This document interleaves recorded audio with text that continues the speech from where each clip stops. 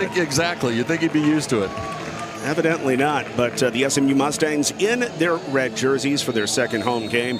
And the ORU Golden Eagles, a very hungry bunch in their white. And ORU, a tough luck loser, frankly, at a top 25 team in Kentucky on the road on Thursday, a 3-2 loss. And as part of that loss, Jakub Griziak had picked up a red card after arguing a non-call in the box, a call that ended up in the back of the net against his team.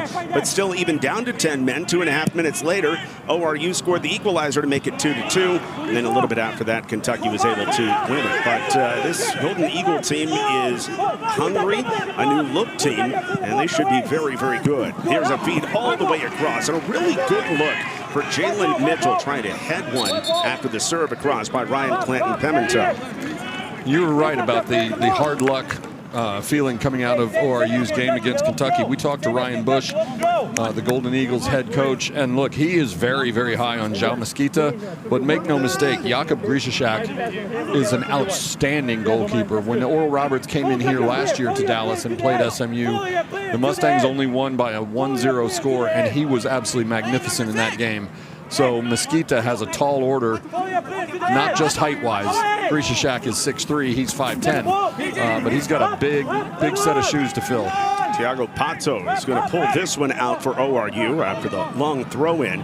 Pato missed game one. That was because of a red card that actually came in the Summit League tournament last year. Pato, a junior out of Brazil, wearing number 10. He'll be an attacking midfielder, and a guy that Ryan Bush is excited to have back in the lineup.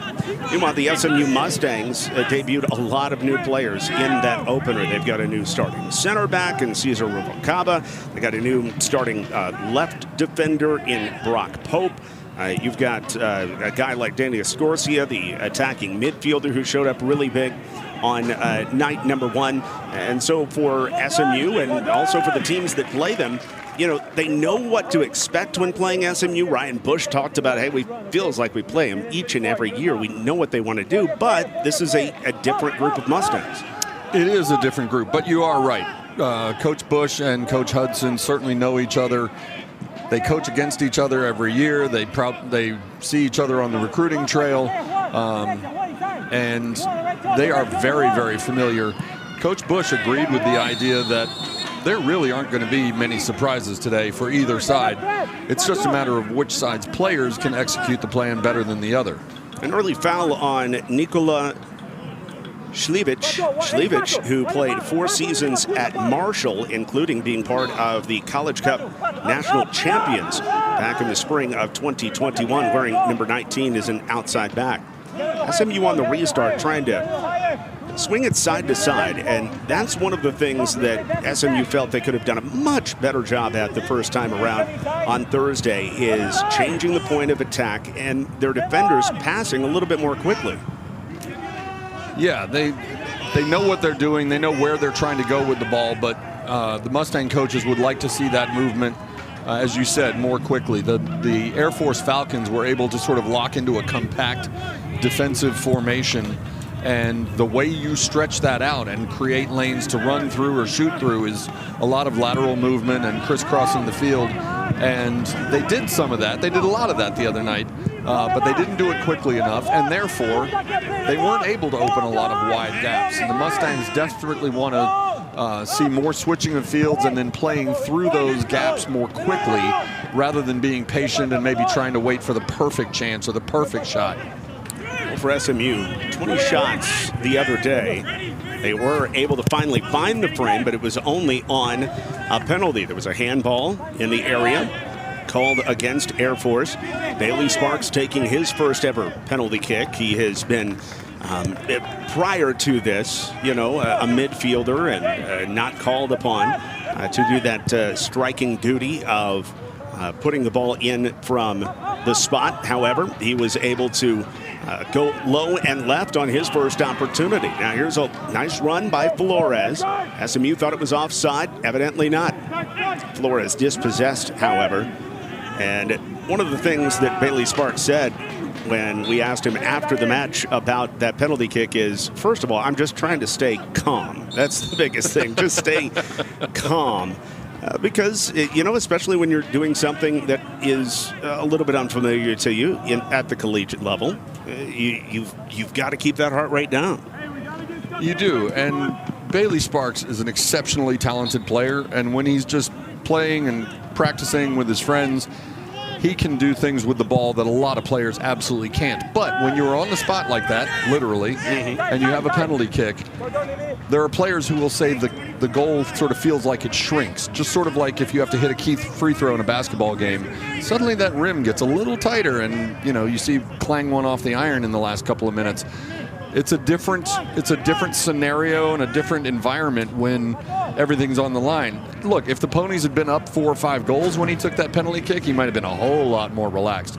But the fact was, he was trying to break up a scoreless draw against a goalie in Will Collins, who is going to keep Air Force Academy in a lot of games. He was fantastic the other night. He was outstanding, and that can add to maybe not an intimidation factor, but a measure of doubt to say, man, this kid looks really long and athletic. I've got to make sure I place this in the right spot. Right, because you're not going to get a lot of chances against a guy like that.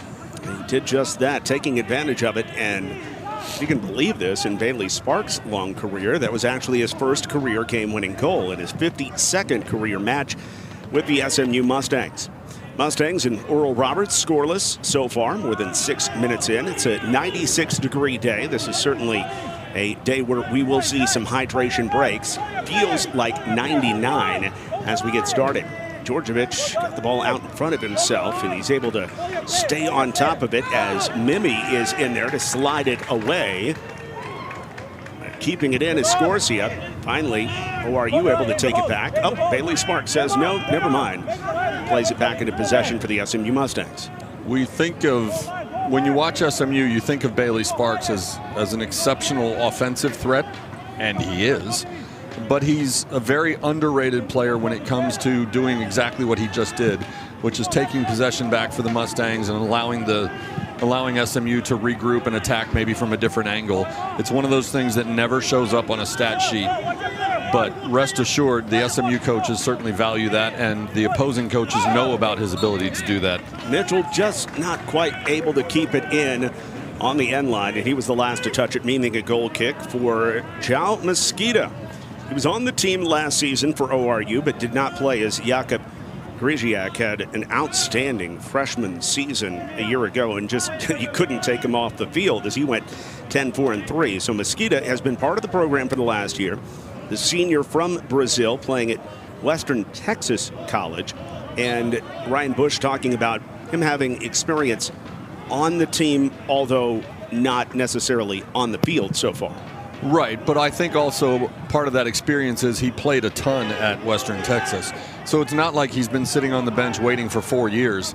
He's been in a lot of games. Yes, last year he sat and watched, but he's not. It's not like you're throwing a wide-eyed freshman in there and saying, "Okay, go play goalie against the 10th ranked team in the country. Good luck." So we'll see how Mesquita is able to stand up. Obviously, ORU, known as a well-organized team that does a nice job on the defensive end. They're still trying to figure out exactly what they are like on the back end this season as they're breaking in a new center back and a 5'8" freshman, Enzo Guindro, who has been thrown into the starting lineup as this one is dribbled in just a little wide of goal, and Mesquita is able to gobble it in. And SMU, especially after putting 20 shots up against Air Force, would love to see a similar number against ORU and challenge the back line and challenge Mesquita as well in his first career Division I start.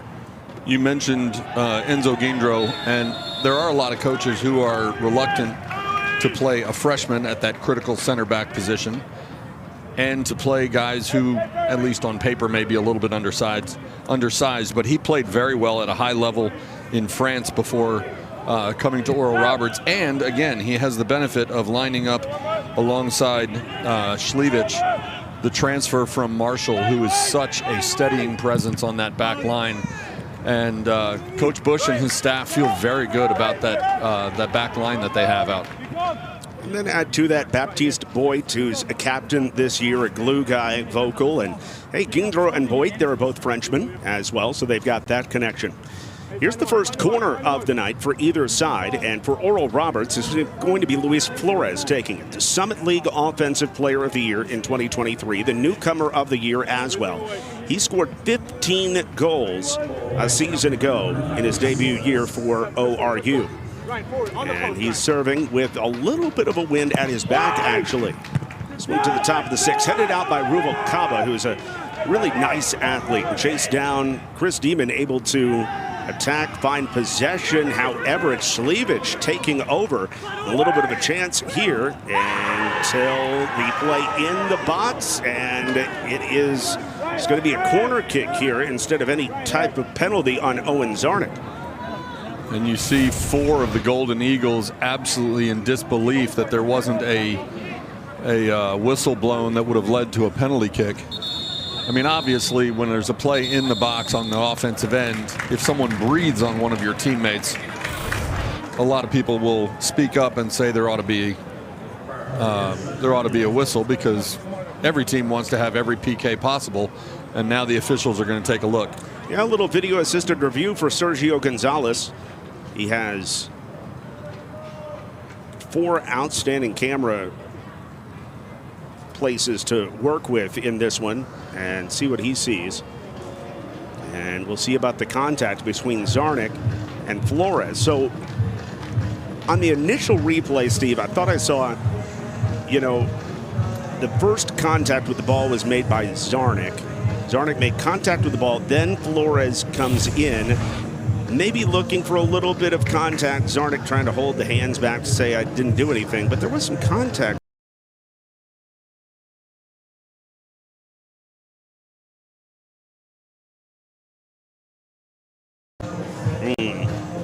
See, I thought I saw contact with the ball before then, like right there, but evidently not. Yeah, you're right. It's pretty simultaneous, and so this is going to be a key call, obviously, in the box to see if ORU can get a chance from the spot based on this review.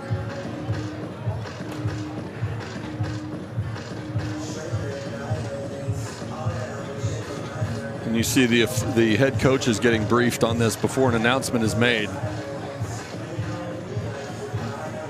Kevin Hudson's already left. Guess that means he likes the call. I was going to say, he sounds like he's probably pretty comfortable with it. And the call on the field is going to stand here. And ORU in the process does get another corner kick, but not a penalty kick. Tiago Pato talking to the referee there, and it almost looked like he was apologizing. I think Pato was one of the 4 who really expressed himself enthusiastically when he was indicating that should probably be a penalty kick. And he came over and patted the official on the back, and no harm, no foul. Now no hard remember, feelings. ORU lost their keeper due to contact made with the referee after a non-call that led to a goal on Thursday. Luis Flores sending that one in. A lot of spin on that play, and this is going to be a foul called against ORU. You see the crowd come into the box, and then Brock Pope gets run over from behind. I think it might have been Omar Mora who got him. It looked like no, maybe Kudua. Yeah, you're right. Twinboa Kudua, the freshman out of Ghana, who spent his spring at Kentucky, but then transferring in. And the SMU Mustangs get a restart out of it. 33 minutes remaining in the opening half. As the long shadows cast here in Dallas. Second game of the regular season for both of these teams after opening up on Thursday. Heavy first touch by Escorcia, taken away by Pato. But immediately SMU is able to punt it into distance. And a foul coming here. It's going to be on SMU's Chris Demon for getting up and underneath the freshman Guindreau. Yeah, Guindreau almost looked like he was climbing over Demon's back, but I think the whistle came because Demon sort of backed underneath him, didn't give him a place to land. 1-0 win last year for SMU over the ORU Golden Eagles. A hard-fought game in that one. A night when both teams were ranked at that point. SMU would go on to finish the season ranked number 2 in the last regular season poll.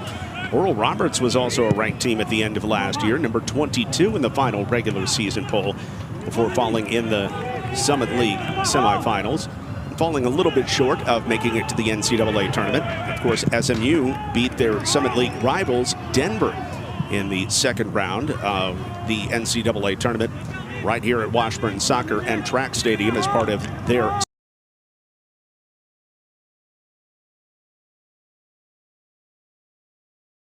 dumping it out to Mimi, who crosses it in. However, this long run by Escorcia, and he's able to find it before getting tripped up by Juan Moreno, the junior from Colombia. So a couple of Colombians, both from Bogota, capital city, going at it there. And clearly no ill intent there on the part of Moreno, who immediately reached down to Escorcia to check on him. Long vertical ball here for Chris Demon. They wanted Demon, SMU did, to try to test ORU, and it ends up in a giveaway. SMU with possession in the final third. Out top, Bailey Sparks, a deflected ball, and in on Mesquita, who makes the solid play on it. Looked like Marino had it deflected off of him. Let's see. Yeah. Deflected off of him, bounced into the ground, and then right into Mesquita's arms. Sparks sent someone to the turf. That was Pato, but it is a play on, at least at this point. Djordjevic goes down, and a lot of contact both ways with no calls so far by Sergio Gonzalez. Yeah, and that's not entirely unexpected, right? I mean, you have two very good teams. I know Oral Roberts came up on the short end against Kentucky, but did so playing a man short toward the end. And that's on the road against a ranked team. And again, these two teams, they know each other so well. A lot of the players know each other. Certainly the coaches know. There is emotion. I know it's a non-conference game, obviously, but there is emotion and intensity involved in this game. For SMU, it's an opportunity to go to 2-0 on the season. Got their first 5 at home, including home matchup with Pitt on the 7th of September. Additionally, they'll have a rematch with Denver on the 1st of September. As we just mentioned, Denver, the Summit League bunkmate of ORU and the team that SMU beat in the NCAA tournament last year. Here's an example of SMU trying to reverse the field, and Djordjevic up that right side. Pretty heavy touch, but he reaches it, throws it across, and there's nobody home. However, tracking it down is Clinton Pimentel, and he'll have a chance to operate. The serve in, Mitchell knocks it down, and his wing toward the goal is high. Tougher shot than it looked by Jalen Mitchell there, because he's able to settle it a little bit with the first touch, and then he kind of short hops it right off the bounce, and that is so hard to do. When the ball's coming up off the ground and you hit it, it's very easy to get way underneath and send it soaring over the goal. And it went over, but not by a whole lot. It was a nice strike by Mitchell, and almost a shot on goal. Mitchell, one of the players that SMU wanted to see a little bit more out of in this one, and there's an early shot. A lot of pressure for SMU in this one. It feels like a little bit more than they tried against Air Force, as a foul is called on Luis Flores for holding up Cesar Rubalcaba. You know, and I know you're going to play differently against different teams, but a little more high pressure for SMU so far. Yeah, it is. It is. And yes, you're right. Obviously, that's a reflection in part of you know, the team they see across from them. But Kevin Hudson was talking about applying more pressure, and you mentioned a moment ago Chris Demon. Yes, he's very fast, and it's very easy to look at a striker with speed and think of that and what that can mean in terms of driving toward the goal, trying to get shots away. but also it's reflected in what he did a moment ago, where he chased the defender into the corner, forced a turnover. He can use that speed to regain possession, and the Mustangs definitely want to see more of that from him. So the first corner for SMU, Bailey Sparks will take a lot of these this season from both sides. Sparks, nice bending ball. The header is down and in for Chris Demon. But they are pointing at Demon. No goal. Evidently a foul inside the box. And a beautiful execution of Sparks to Demon is going to get wiped away. Let's see why.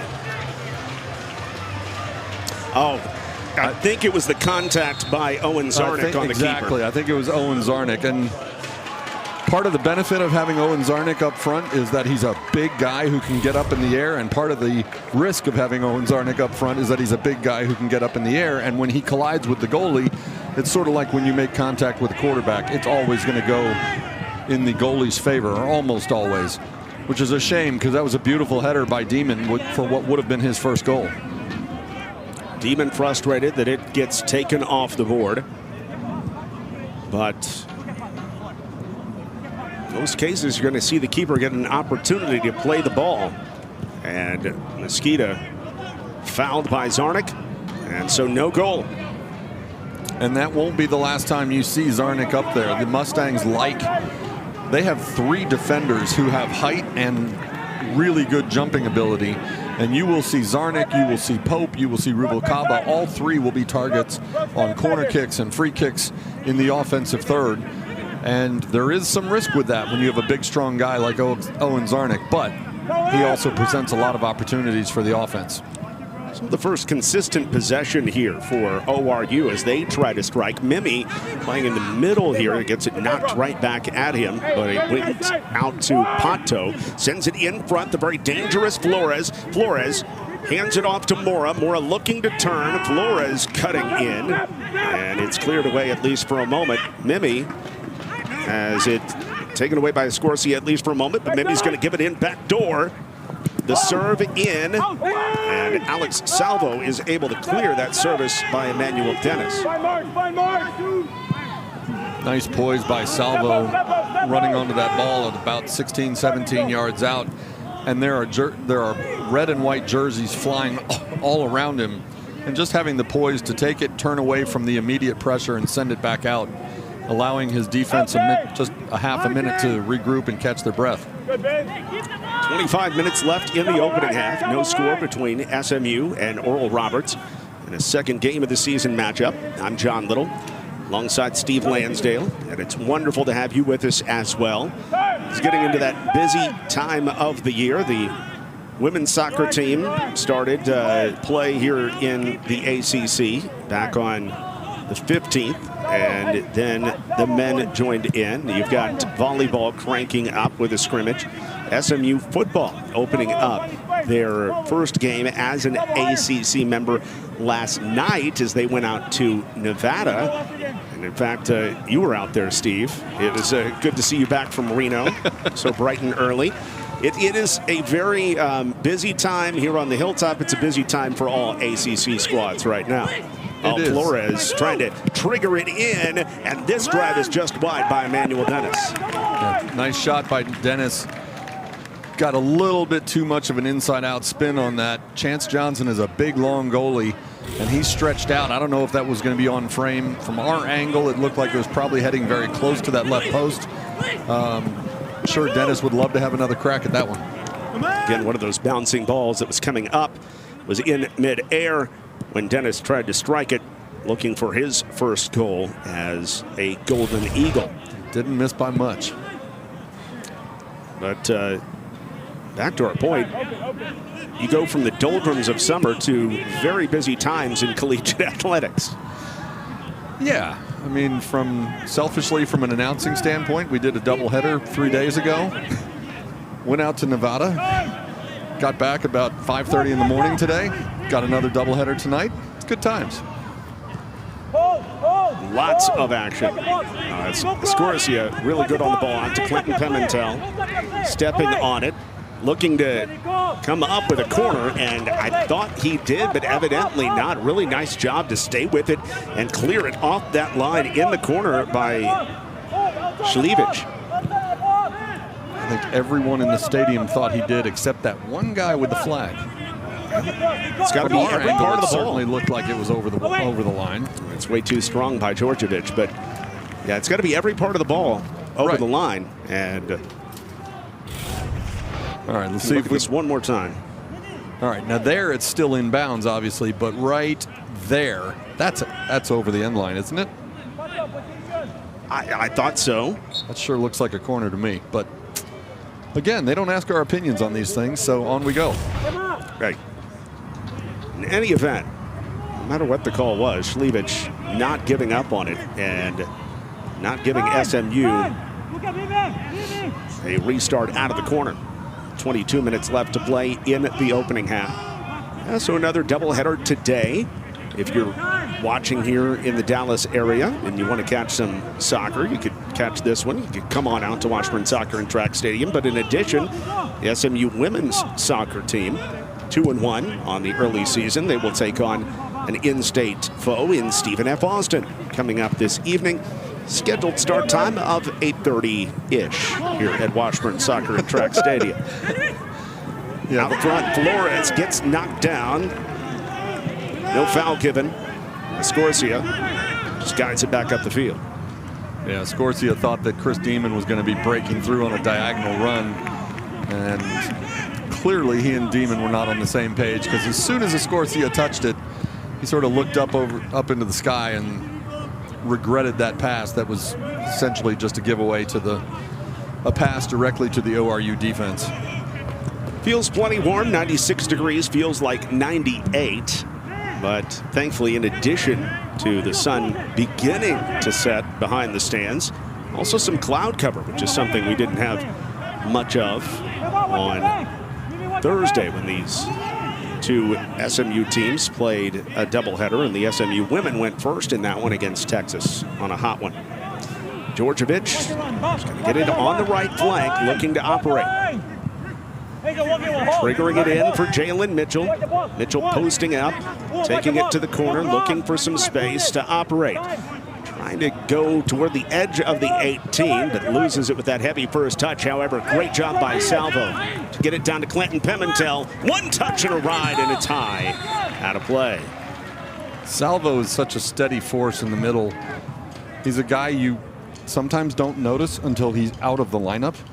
He does a lot of the dirty work. He fights for 50-50 balls. He helps the Mustangs keep possession. And for that example there, he jumped on a loose ball and took possession back for the Mustangs. He does a lot of things that don't show in the stat sheet, and the Mustang coaches wouldn't give him up for anything. It's a hydration break here in Dallas. Grab something to drink and stick with us. Incredible years in Ryan Bush's career, and in addition to having all these accolades on the men's side, he was the head coach of the women's team from 2008 to 2013, and he started in Tulsa as a player back in 2001. So you're looking at a guy that next year will be in a quarter century of seasons as part of the ORU soccer program in general. Yeah, he is every bit the face of that program, and he's done a terrific job, as you said, with both programs there. Bush's team with another great year last year, a 10-4-3 season, 5-1-2 in the regular season in the Summit League, lost in the Summit League semis in a hard, tough luck matchup against Omaha, 1-0. And in 2022, also lost in the Summit League semis. So they're a team that, you know, in the postseason feels like, I mean, obviously they're doing everything they need to do in the regular season. It's just they need that postseason magic, which sometimes when you're in those mid-major leagues, those one-bid leagues, Steve, you just got to put it together on that weekend or whatever the case may be to earn that magic bid to the NCAA tournament. You really do. It's sometimes not the best team in a season, but it's the best team in the postseason that then gets a chance to go to the NCAAs and potentially make a run. Again, I want to emphasize that this is also a team that could possibly make it as an at-large team sometime down the line with a good season. Demon out front has it knocked away. And ORU trying to start something as Luis Flores has it poked, but Omar Mora right back there on it, winging it out. And Damani Harris, the graduate forward, is on for the first time. Djordjevic with a solid, sharp play to take it away. However, Mitchell dumps it off, and Juan Moreno easily steals it. SMU back with possession, however. Djordjevic is a very underrated defender, I think. You think of him as a wing back, and more often than not, that entails racing up and down the sideline and sending serves into the middle for your teammates and covering a lot of ground that way. And he does do all of those things, but he's also a really solid defender. He has played some more traditional right back spot earlier in his career for the Mustangs before missing last season. And he's a guy, as we said, he's kind of a Swiss Army knife for Kevin Hudson and the SMU coaches. He can fill an awful lot of roles, and they really missed him when he was hurt last year. No doubt about it. Gave an opportunity for some other players to step up, but especially without Karen Pino out there right now. Having Djordjevic back playing the opposite wing back spot is really big. And there's an issue here as Bailey Sparks is going to get talked to, and also there are several SMU players who are ready to sub in. See them getting ready to make their debuts in this game. For SMU, it's going to be Lamar Bynum in to play an outside back spot for Djordjevic, giving him a rest. And at an attacking mid spot, as Jalen Mitchell sits down, you'll get Stefan Sugahomian in for the initial time in this match. And also one other SMU player coming in, and it's Milton Lopez to play that target position up front, that 9 spot, as Demon sits down.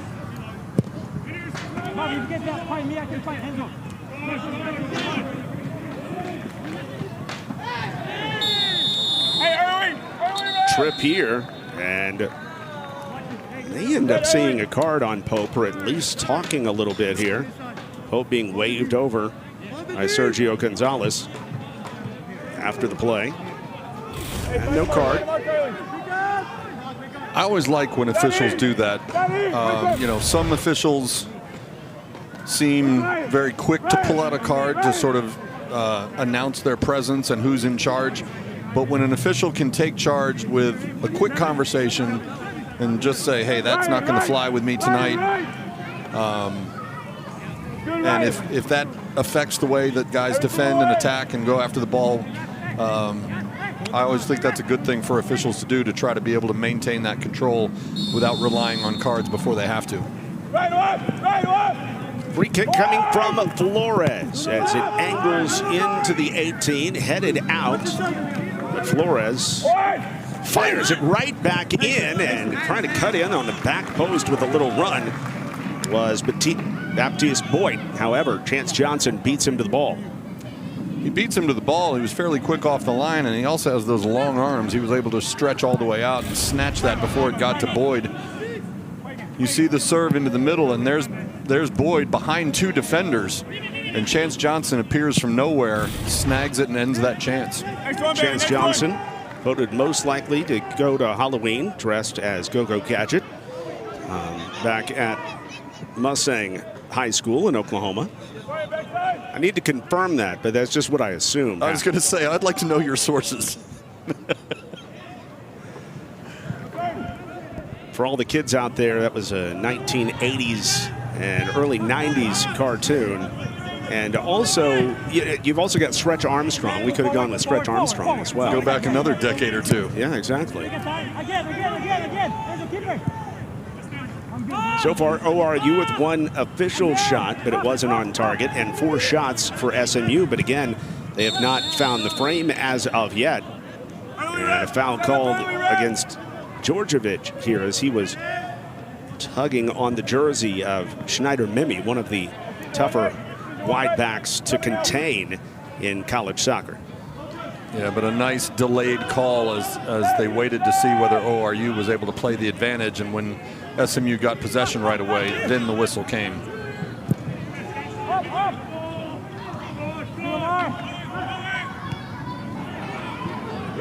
Zarnik backs this one up over to Brock Pope.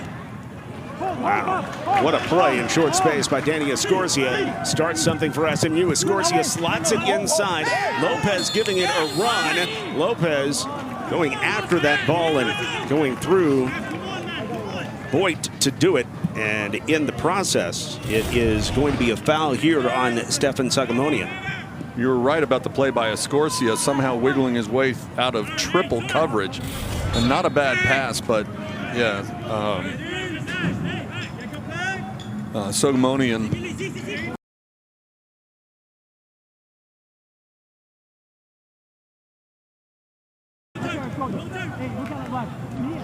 He was going to get that first strike as SMU has another takeaway. May have gone off the hand of Lopez, but no call, maybe inadvertent. This drive blocked by Voigt, but backed up by Sparks, and he quickly puts it in on goal. But an easy test for Mosquito to come up with. He did get it off quickly, but I think he wanted to do it one step prior to that, and he got his foot just barely touched by the defender chasing him. Very subtle but effective defensive play, slowing up Bailey Sparks before he could really tee it up and let it rip. First shot on frame for either side, and so obviously the first save for Mosquito, who had to come in the final few minutes of the matchup against Kentucky. He did give up a goal in his first action, but he's had a few days to think about the probability that he was going to pick up a start here in Dallas. And what do you think is going through a guy's head like that? A senior and hasn't gotten to play a lot since junior college, as this one is served across but behind the intended recipient. What do you think was going through Mosquito's mind as he was preparing for this match? Well, I mean, I think, look, he's a smart veteran guy, and I think he prepared studying SMU and reviewing what went well and didn't go well against Kentucky. But as far as like the emotion and anxiety or nerves or whatever of a first start, I think that lasts until your first shot. The first time you touch the ball. It's sort of like when you hear a football player get a first start, and then as soon as they get hit for the first time, then you're just playing. So a yellow card on SMU, and the first yellow on either side as it goes against the freshman Stefan Sagamonian.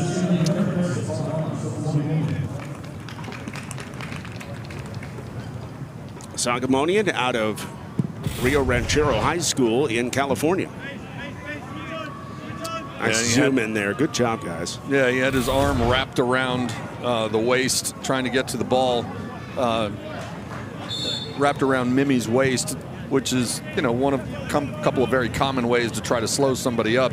Either you hook your arm around them or you grab a fistful of jersey, and it works, but it also gets caught a lot of times.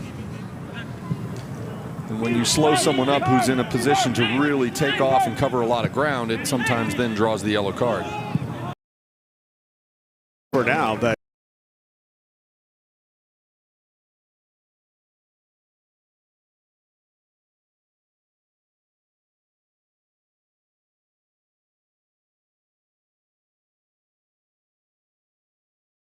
into touch.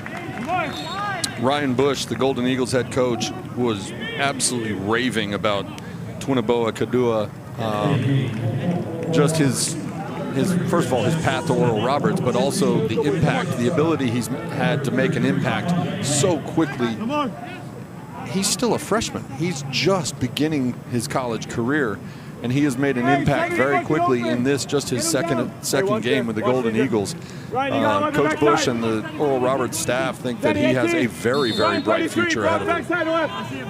He's got a good look at subs at each of the three levels for ORU. Stovall along the back for Mimi. Manuel as well. Solid header from out front. On it, Damani Harris to at least test Chance Johnson. He did give it a ride, but again, he was a good 18 yards out, and that gave Chance Johnson plenty of time to read it, and it was right at Johnson. He didn't have to really take a step either way.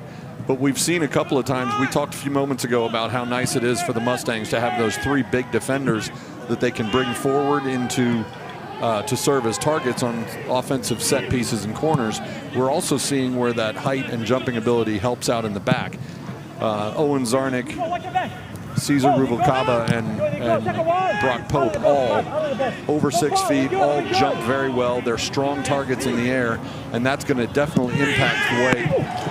Bailey Sparks makes Mosqueda swat one away with a headlong dive, trying to go far post, and wow, what a play here. That was an absolute cannon by Bailey Sparks.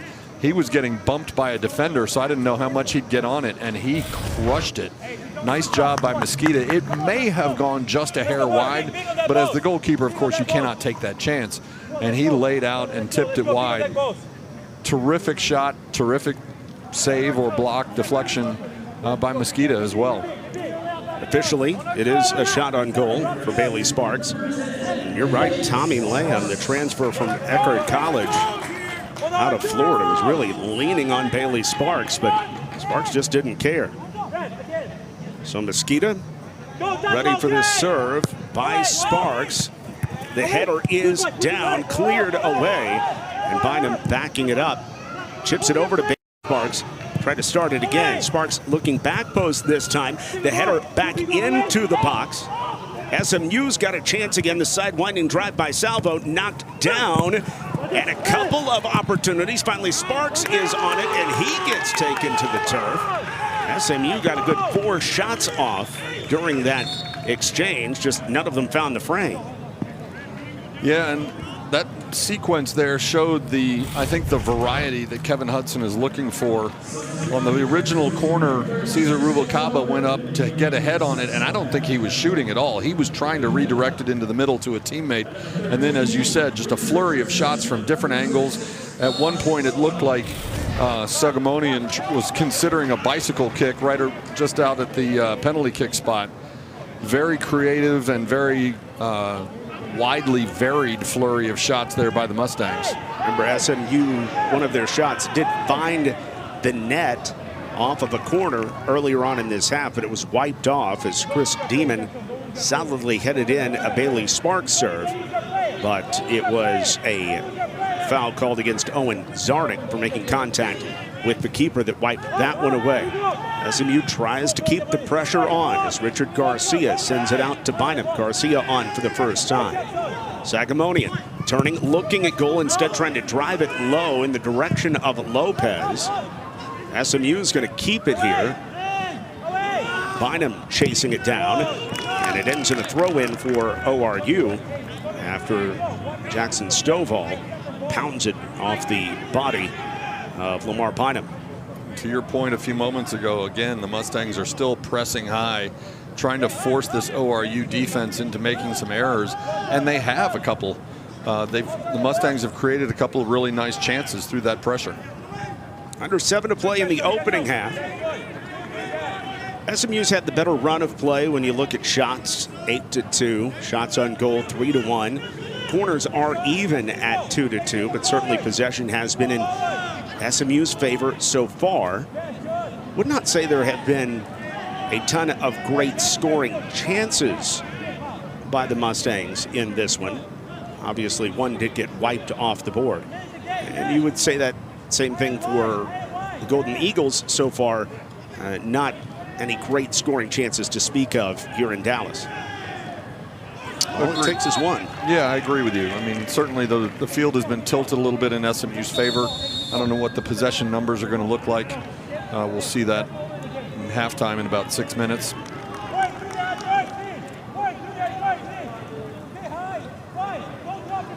Coming up at halftime, we've got highlights for you from SMU's season opening win over Air Force, along with some other special features here on the ACC network. This long ball in, knocked down, played to the midfielder. And the Mustangs will get back on possession with 5.5 left in the half. Richard Garcia winds up and fires it toward the corner. There's a chance for Noah Irvin. Brock Pope now trying to be decisive with it.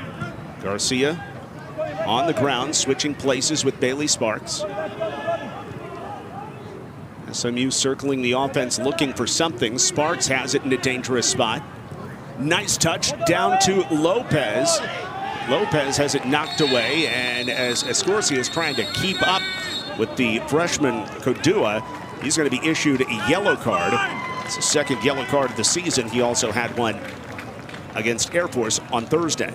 I think when Escorcia saw the yellow card coming, he thought it was going to be on Kodua, who got his arm up and I think may have glanced Escorcia's face, because Escorcia saw the card coming and he smiled for a minute, and then all of a sudden his look changed. Like, what do you mean? It's on me?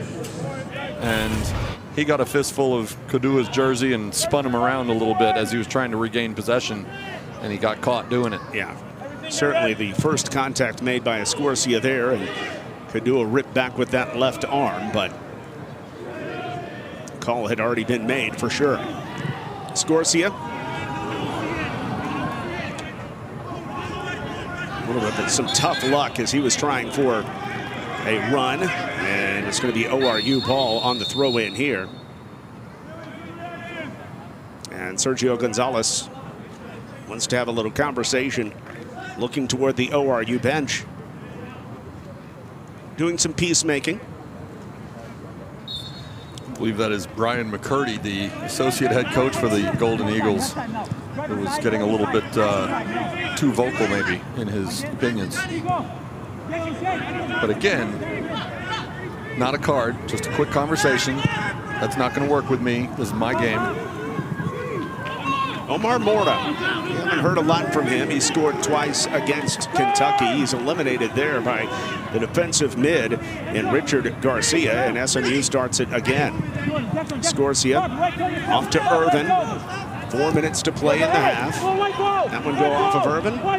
We'll see. Yeah. It's going to be ORU Golden Eagle ball after Šljivić came in and got the deflection he wanted. Coach Bush and the Golden Eagles are really excited about Mora, because Mora and Luis Flores are very good friends. Mora played junior college, very close to Flores' hometown, and so they've known each other, and apparently they have been virtually inseparable since they've both been on campus.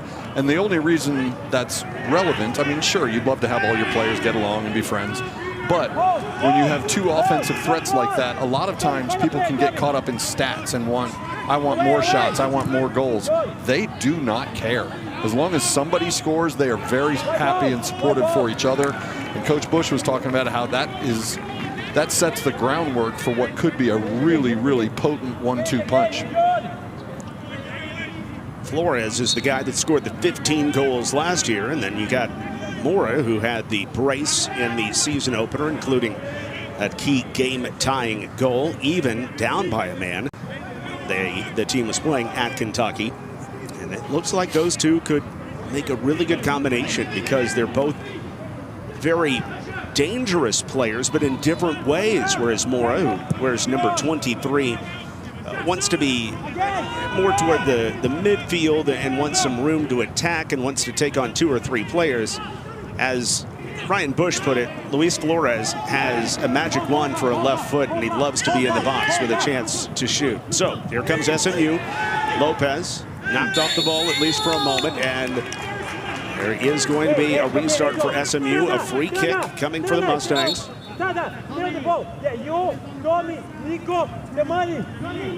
And we don't mean to present it as if Mora and Flores are the only 2 offensive threats. Oral Roberts has a lot of talent on offense. Tiago Pato, Juan Moreno, several guys who are more than capable of finding the back of the net. Estrada, who had 3 goals last year as well and started in the opener.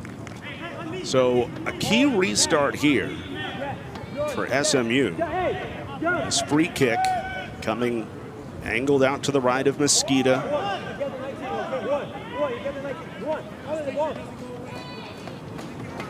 Oh, 33.5 yards out. Sparks wings it in. Too strong. And on the back post, it looked like Brock Pope was a little bit frustrated. Not sure if he thought it was going to hang up or just didn't know Sparks was actually looking for him. Let's look at this one more time. That was a good angle, and you see Pope coming in, and he comes in several steps late, which leads me to believe he didn't think it was going to end there. It'll be interesting to see, to finish our thought from before, though, about Oral Roberts' offense, where those other scoring threats are going to come from. Because as soon as they start to show that they can score, that will free up Flores. But at the moment, coming off of a 15-goal season, you've got to assume a lot of teams are going to double-team him coming off the bus. Oh, absolutely. But as soon as a couple of these other guys knock in a couple of goals, then you've got to defend them more honestly as well, and that will open up more chances again for Flores. Only 20 seconds left in the opening half. With this one going into touch and being a throw-in for SMU. His final breath, and I think Brock Pope gets the idea that the half is over. SMU musters 8 shots to the 2 of ORU, and it is scoreless at the end of the first half here in Dallas. Just kind of hit him Without in the back pocket or something. Oh, poor Ryan Bush. Yeah, coaches rarely like it when you try to alter their lineup for them. Yeah, I guess not. I guess not. Well, we'll see if there's a little bit more potency in that Oral Roberts offensive lineup in the second half. For the SMU Mustangs, they did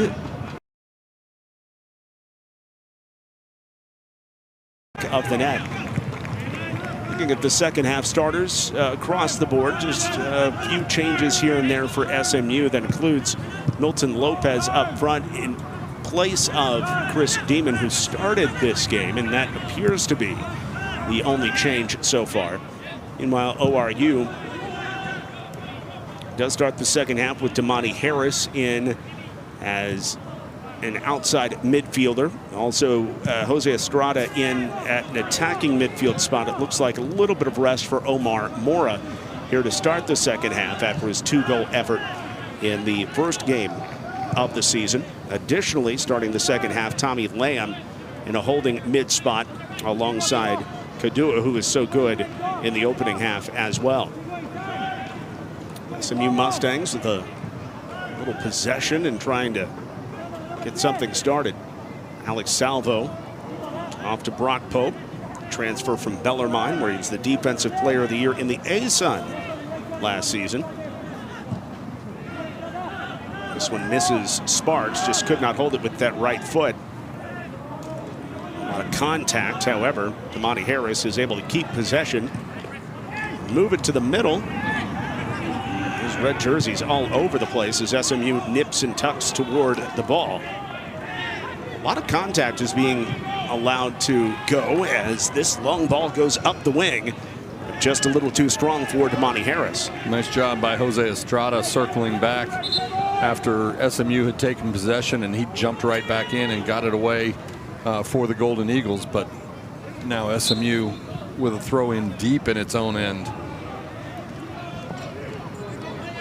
Saw how Oral Roberts and the coaching staff was taking a look at maybe some adjustments. Well, here's an early press to start the second half. Owen Zarnik is able to take it out near midfield after a couple headers, including a very powerful collision.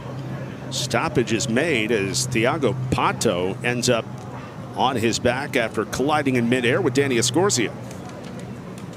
Yeah, and referee Sergio Gonzalez quickly looks to the ORU bench, asking for some medical attention to come check on Pato.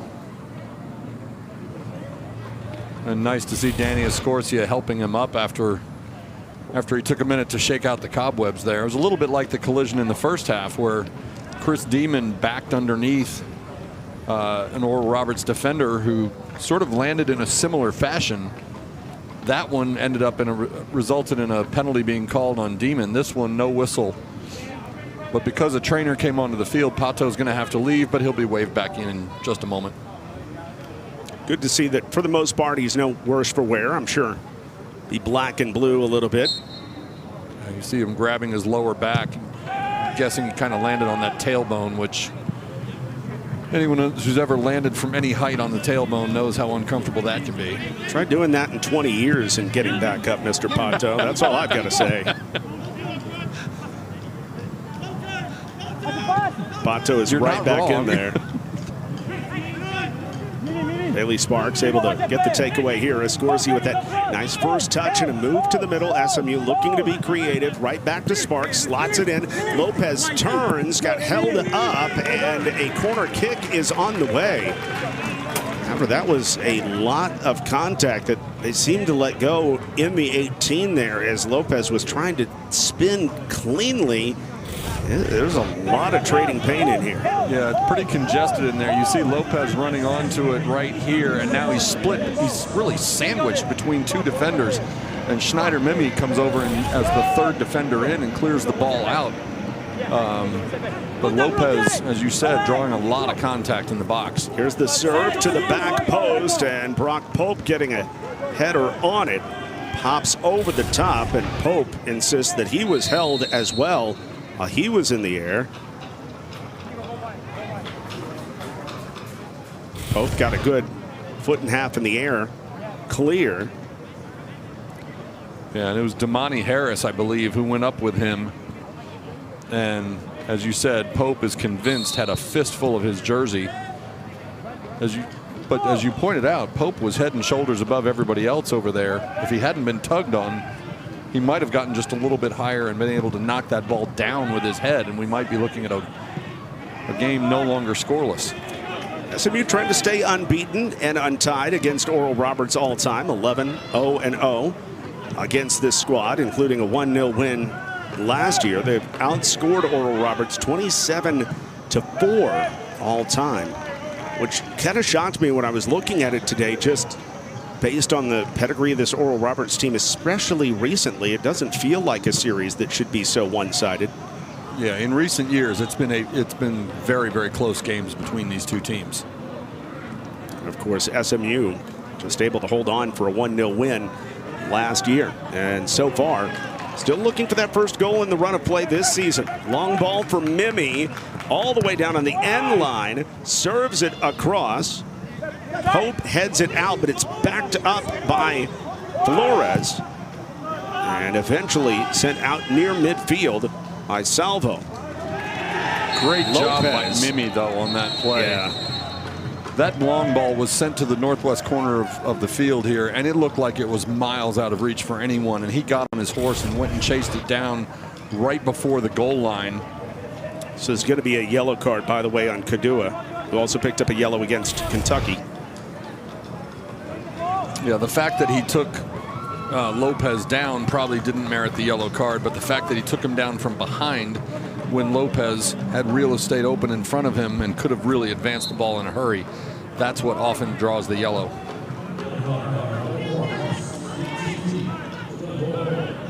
It's a game that feels like it's still looking for a theme as we play about 50 minutes in here. It really does. We often talk about teams taking the first 5, 10, sometimes 20 minutes to feel each other out. Well, now we're coming up on 55 minutes, and it still seems a little bit tentative at times on both sides.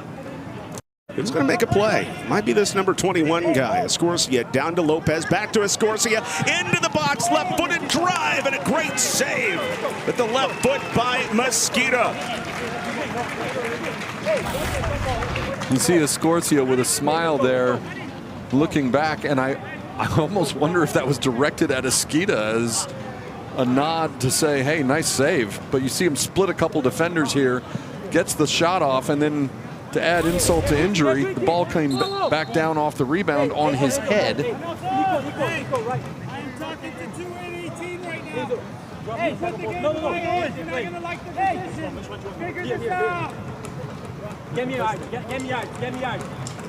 Great work from the audio gang at ACC Network, who've gotten some really good dialogue with the officials.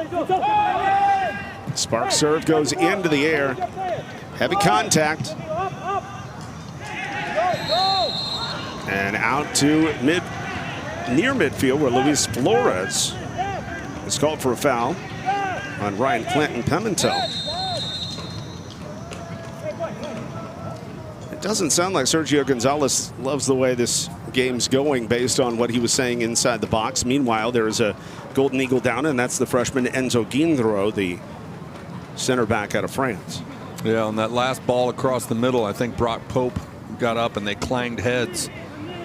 And Pope checked on him and then looked to Sergio Gonzalez, the referee, and sort of pointed to the side of his face. I was wondering if maybe there was a drop of blood or something like that. And now Gonzalez is going to go check on Gindro himself.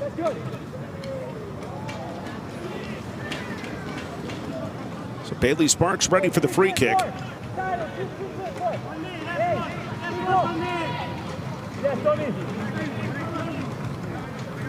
Skeeta knows maybe? If he runs and leaves, drop to the second ball, okay?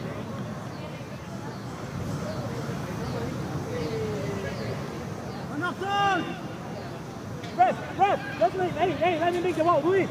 Yeah, that's good. Sparks is ready to go. Another key moment in this one. Sparks, and that header leaning in toward the goal is just a little high by Cesar Rubalcaba. Rubalcaba, who has been able to score from his defensive position at other levels, just missing on this one. Yeah, I think he might have been bumped ever so slightly from behind by Ginzo, in fact, the guy who was bumped on the previous play. And that threw off his balance just enough that when he jumped, it wasn't a straight vertical jump.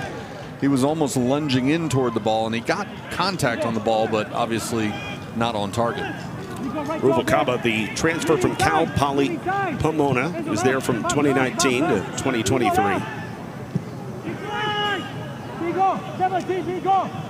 D2 All-American the last 2 seasons, choosing to spend his final collegiate season here at SMU. This one gets poked away and chased down by Damani Harris. Here come the Golden Eagles, looking for some spirit. Pato dribbling through traffic, and Flores gets taken down hard. I would be surprised if that one wasn't called, and evidently there is no card coming here. However, it's on Rubalcaba. And his addition has really been critically important to this Mustang defense, because you recall SMU lost both of its starting center backs from a year ago. Mads Westergren, who was drafted by FC Dallas, and Oliver Hald, who they were such a steadying force in the middle of that back line for SMU. So to lose one of them would be tough. To lose both of them was really tough. But the Mustang coaches feel like they really found a gem in Rubalcaba. Such a gem that he's got the captain's armband here just a couple games into his career. The restart for Flores from straight on. Flores chips it right side. The volley back in. It's kept alive at the top of the 18, and it's going to be a handball here on ORU. Give it back to SMU. I think it was Tiago Pato or maybe Gindro who tried to flick it up to himself, and in doing so, yeah, it was Gindro, and then you see he played it up and it hit himself in the stomach, and then it glanced off that left arm. And when you're in the opposing penalty area, they're not going to give you any extra chances like that. SMU Mustangs working their way through their non-conference action, which is all at home this season, knowing that their conference is really, really tough. It's stronger than Herman Hudson, and as that is saying a lot as SMU makes their way into the ACC this year. Ball for Bailey Sparks. Sparks attracting 2, stopping on it. So good on the ball. Hands it to Djordjevic, trying to play a through ball. Gets knocked away. Sparks recovers on it, and it looked like he induced. You see the way that he induced Mimi to commit that foot forward to go down and get a free kick here. I think this is a really good play by Bailey Sparks to get Mimi into this foul. He's such a clever and sort of a nuanced player. I mean, we could talk all day about how hard he shoots the ball and how fast he is, and all those things are very important, but it's the subtle little things like that. With just a dip of your head or a shoulder dip or something like that, you're able to draw a whistle. Could Lopez be the target here for Sparks? Sparks going closer to goal this time and really trying to bend it in along that back line, certainly in the direction of Pope, who was going to send it back out front, but gave it about 2 yards too much, I think. To add context to what you said a moment ago about being stronger than Herman Hudson, I'm assuming 99% of the people listening to this have no idea who he is. He is the director of athletic PR at SMU. And I'm going to go out on a limb and say he may be the strongest director of PR in the country. He celebrated his birthday the other day by bench pressing 405 pounds. Man. This is a PR guy, not a nose tackle. That's some old man dad strength right there. Gotta love that. Damani Harris over the top, tough one, header down, and it trickles in. ORU gets the goal. What a feed by Harris. And Jose Estrada on the other side to tap in the header. Luis Flores ran into the goal after that header by Estrada and was tempted to just drive it into the back of the net, but it had just enough to get over the line, and so he was able to Flores was able to hold back, and Estrada puts the Golden Eagles up a goal here at Washburn Stadium. Man, look at that feed.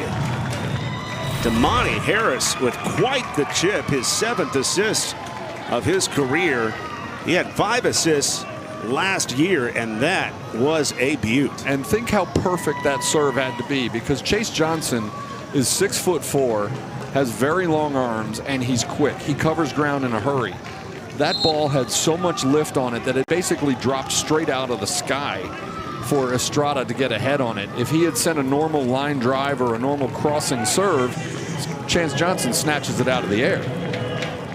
Jose Estrada's first goal of the season. He was honorable mention All Summit League last year after a 3-goal effort. And Estrada opens his account in 2024 with a 65th minute goal. Oral Roberts on the board here in Dallas, looking for their first ever win over SMU. And they've got 33 minutes left to play, but quite a play to get out in front.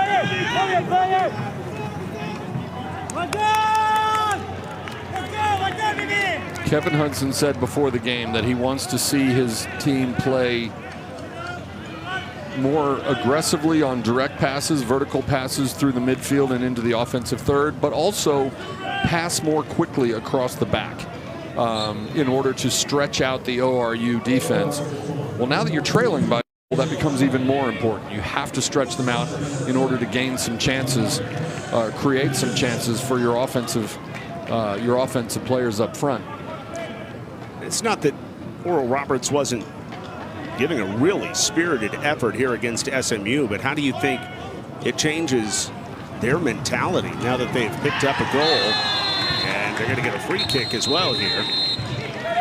Oh, I think it's a gigantic confidence boost, right? I mean, as you mentioned, Oral Roberts has never beaten SMU. You're on the road, it's in the second half, and now you're up a goal on a top 10 team in the country, which also, to put that into context, we were talking at halftime about the heavyweight, just how heavy the ACC is.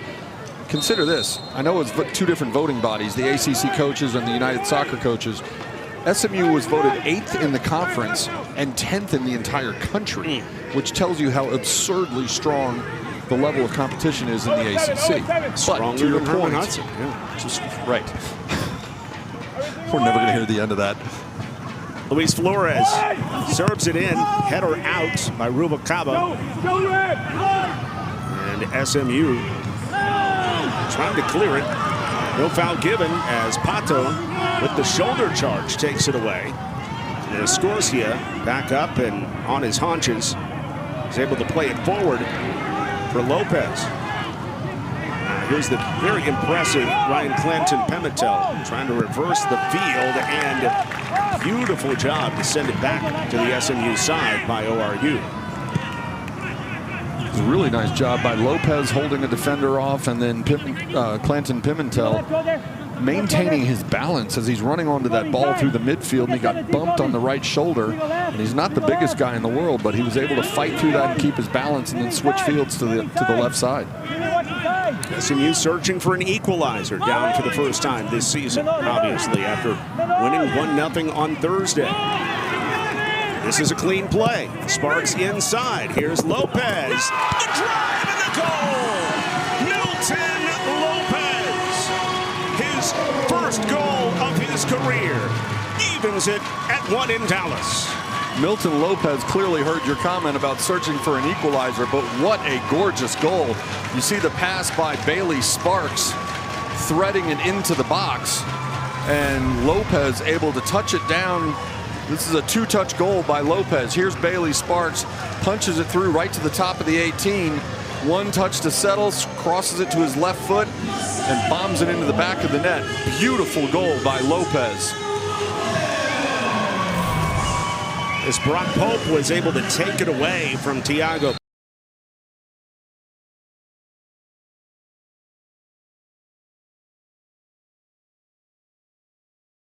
I think it was okay as a no call. I think you could have gone either way with it and not gotten too upset. And I think Lopez may have actually... His goal is under review, by the way. I think he may have actually caught Mesquita looking a little bit, because when he took the shot, he didn't get into an aggressive stance as if, you know, shoulders down, head down over the ball, which they teach you when you shoot so often, and then wind up and blast it. Here again, you see Bailey Sparks pass it to the top of the 18. He cuts behind a defender, and then he's almost leaning back because he's got a second defender on his right shoulder. And I think he may have caught Mosquito a little bit off guard, possibly thinking Lopez was going to look to find a teammate to pass to. It's a review for an offside, and we've seen a couple pictures of this, and unless I'm missing something, it looks like Lopez is plenty onside to me. Doctor, your thoughts? Do you concur? I agree with you. If they overturn this, I'll be as shocked as you will, because from the angles we've seen, it looks like a good goal, and it is. But again, the video review opportunities have been expanded this season in college soccer, and it's going to give us opportunities to be assured that these things are goals or not. Now, there's the play that I think Tulsa fans are going to be wondering about, or excuse me, Oral Roberts fans out of Tulsa. My apologies. Right part of the world, wrong school. Excuse me. Oral Roberts fans are going to be wondering about is that little half of a collision between Pope and Pato to take it away, and then just a couple touches later it is in the goal. That part was not reviewable. And at the other end of it, SMU evens things up at 1 apiece with the Golden Eagles with under 31 to play in Dallas. So did that initial goal for ORU wake this SMU team up? We shall see. And now the Golden Eagles look to respond. Here's a guy that can do it in Flores. Flores slots it across. Pato out in front of him. And Johnson reaches for it. There is a lot of contact there, and it's going to be a foul on Pato for making contact with Johnson after he went headlong for that ball. It's often said you've got to be absolutely fearless to the point of being perhaps a little crazy just to play goalkeeper. And you see Chance Johnson come racing out and just lay out in a position where he runs the risk of absorbing a shot from about a foot away. And I think he did. Maybe one of those where you get the wind knocked out of you, or at least it's a shock to the system.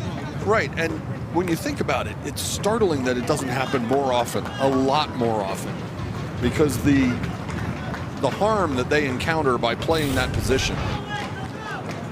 Here you see him stretch out, and there you see, he got a knee in the forehead. I mean, certainly not anything intentional or aggressive by Pato. He was just trying to make a play. A very talented offensive player going top speed against a talented goalkeeper going top speed, and they arrived at the ball at the same time, and that kind of thing's going to happen. If you're SMU, obviously you're thrilled to see your starting goalkeeper stand up and shake out the cobwebs and resume play. 10 game minutes ago, we were begging the question, So this game doesn't really have a feel. What's the story of this game going to be? Well, it feels like it's a game now. And two excellent offensive plays by these two sides have knotted the game at 1. And we've got 30 minutes left to go in Dallas to try to decide a winner. Or if maybe Oral Roberts can even pull a draw out of Dallas for the first time ever. We shall see. If nothing else, it certainly feels like the game has shifted up a couple of gears in the last 15 minutes. Yeah, no doubt about that. A lot of feeling out between these two teams. Finally, a little bit of offense. Now what? As Pope goes up the field, Escorcia. Throw in for SMU. And this is the front.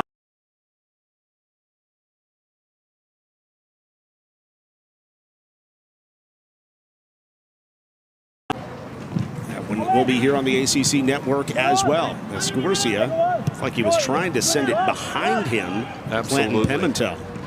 Yeah, he knew he had a left wing out there behind him, and he probably also knew that Nico Slivic was going to be creeping in behind him.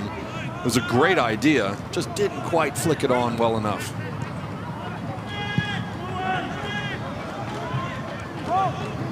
Steady run of possession for the Mustangs. Zarnik feeds it in the middle. Jalen Mitchell settles it down. And a good, solid, clean slide tackle by Tommy Lamb. It really was. Nobody objected to that. Lamb got ball all the way, but then Djordjevic circled back, and there he goes again, circling back, stealing possession away for the Mustangs. Sparks in the middle again. Chips it with a no-look left, and oh, he just missed it. He's trying to catch everyone off guard, looking for Clinton Pimentel on his left. And he's rethinking, I think, more than the pass. I think the decision to pass, because, okay, the pass didn't work perfectly. He didn't hit it quite right. But he was also in a position where he could have ripped one from about 20. And you don't have to watch a lot of SMU soccer to know that Bailey Sparks can connect from that far away. And I bet he'd love to have that play over again and pull the trigger and see how his luck fared out on that. There's Damani Harris. He's got the assist on the Golden Eagles goal by Jose Estrada. And a few minutes later, 4 minutes later for SMU, the goal by Milton Lopez, the first of his career. Harris, man, such a workhorse. Running one down. Harris has been really good in this one. Crosser, header in the air. Pope wins it over Pata and then slams it into space. How about Lopez? Foul given.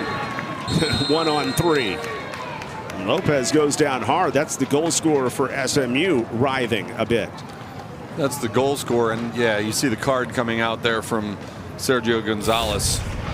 Lopez was fully extended. You see him flick here, and then it's just a late meet by Baptiste Boyd there. Yeah, and Boyd wasn't trying to hurt him, but he arrived late and he crashed into the side of Lopez's knee, and Lopez buckled. You see him now with a little bit of a smile, but kind of got a little wince going there as well. He felt that one.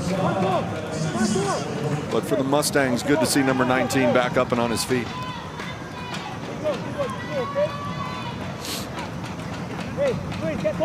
Under 27 to play in Dallas.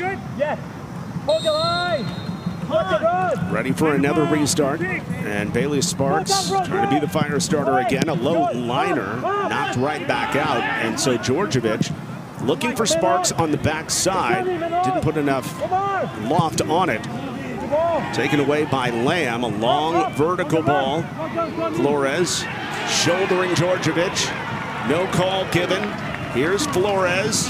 Flores, great play by Pope to come back and slice it away cleanly. Meanwhile, Djordjevic is still down for SMU. And as soon as Djordjevic went down, I looked at the SMU bench, and Kevin Hudson had his head in his hands. Remember, Djordjevic missed all of last season with an injury. You see Kevin Hudson saying Brock, as in Brock Pope, giving him a couple two claps for that incredible takedown of Luis Flores, chase down, I should say, of Flores. Yeah, and keep in mind, Brock Pope had to come over from the far left side in order to cover for Nico Djordjevic. And I don't know if you can look at that shot of Kevin Hudson on the sideline and say that he looks like he's breathing a sigh of relief, but he has to be internally, at least, as number 20, Djordjevic, is up and on his feet. Wipe a little sweat on that captain's band on his arm. And fortunately for the Mustangs, he will be staying in the lineup.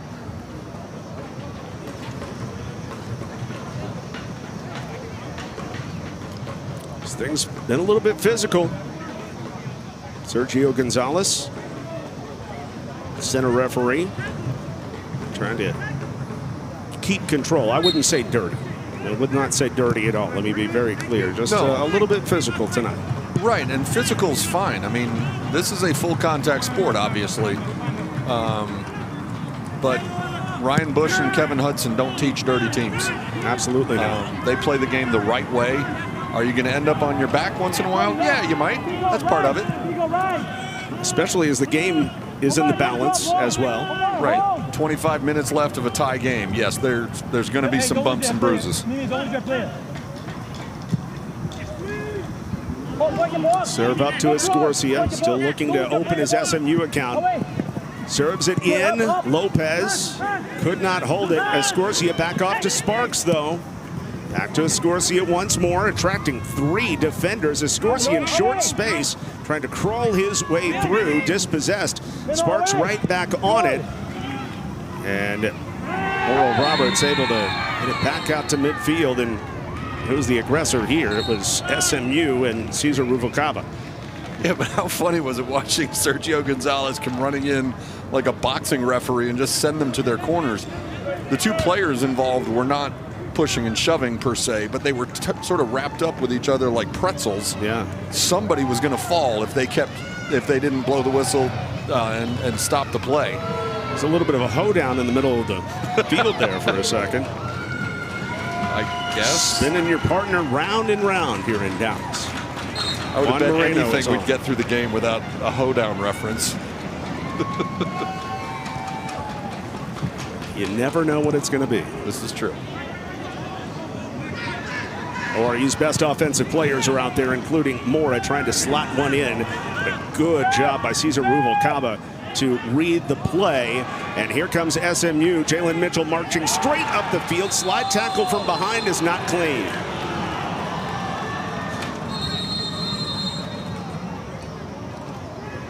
Nice job by Mitchell. He tried to thread the ball through to the side on a pass and he got it blocked, but while everyone else was turning around looking for it, he pounced on the rebound and split 2 defenders to regain possession for the Mustangs.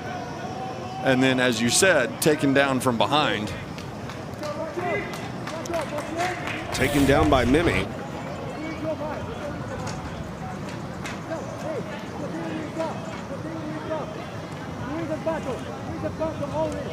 You wonder if Twinaboa Kadua was pleading his case as a reminder, it wasn't me, I didn't do it, because he's already carrying 1 yellow card. As it turns out, no yellow is coming, but on a takedown from behind like that, it's always something you have to watch for. Just like Shaggy said, it wasn't me. It's pretty thoughtful play by Mimi, trying to get all the way around Jalen Mitchell. Yeah, he certainly made every effort not to take him down. Serve in, fairly long toward that back post, but it doesn't get cleared away. Zarnik chipped in and out, and a corner coming for SMU. Golden Eagles could not hold it, do anything clean with it here on the back end. Good job by the Golden Eagles defense. You see Zarnik getting the ball right there on the 6-yard line, and Omar Mora comes racing back into the defensive end and blocked that shot right off of Zarnik's foot. Zarnik was close enough that if he'd been able to let it go, it very likely could have found the back of the net. Great job by Mora. Out of the corner, Bailey Sparks going short this time on the ground. It was chipped by Pope, slid out into space. SMU will keep possession, but on the initial offering, the Eagles are clean. The Golden Eagles, I should say. A header, Ruvalcaba, 1 bounce and in on Jal Mesquita, making his first career start for ORU. And I would say Mosqueda has acquitted himself quite nicely tonight.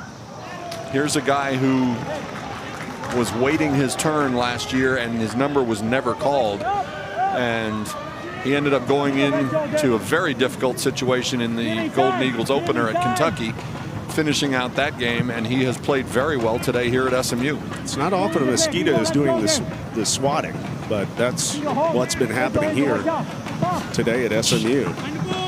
Here's Lopez, backing his way in toward the goal, sliding it out. Scorsia looking to create. Good matchup here with Mimi. Mimi, what a tackle, but a foul is coming. Wow. And maybe because Scorsia went down on the play. I thought that was a really good play by Mimi, honestly. We'll see a replay here. Well, maybe okay. I did not see the initial. I think it was two things. Scorsia goes over Mimi, and that forward progress made his fall look more dramatic. But I think before he hit the ground and the whistle was blown, I don't think Mimi even touched the ball. So, yeah, you've got to blow the whistle there for sure. I saw it incorrectly. I want to point that out. Watch out! Watch out! Omar, watch the 21, okay? Drop You saw it as it was unfolding at 100 miles an hour, and it's hard to see those things. You are always in my corner, and I don't know why, but I appreciate it, Steve. 21 and a half to play. And here's like a very short corner kick, like they're playing on a mini field for Bailey Sparks. And he's a big boy. Lining it in, ends up on the backside. And this one is just skied. And a very frustrated Ryan Clinton Pimentel as we go to the hydration break, the final one of the night.